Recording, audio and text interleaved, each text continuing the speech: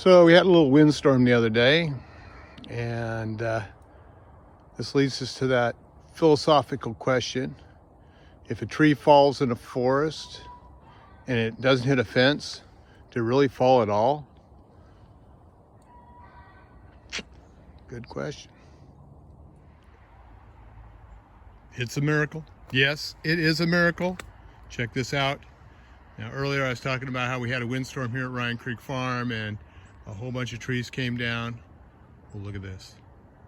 This tree fell and didn't hit anything. Yeah, it's a miracle. I mean, all the other trees that fell hit fences, gates, roads.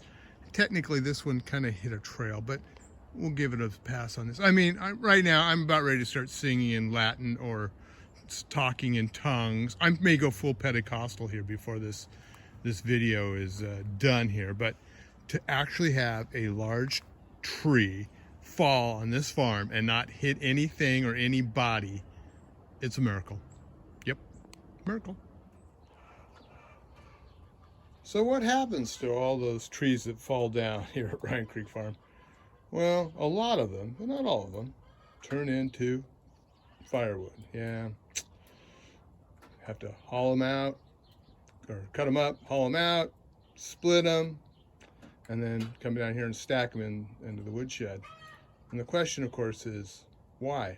Because I have a heat pump, electric heat pump at that, and I have an electric furnace. I have absolutely no use for firewood. Yeah.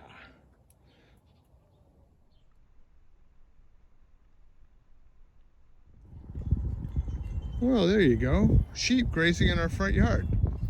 That's not supposed to happen.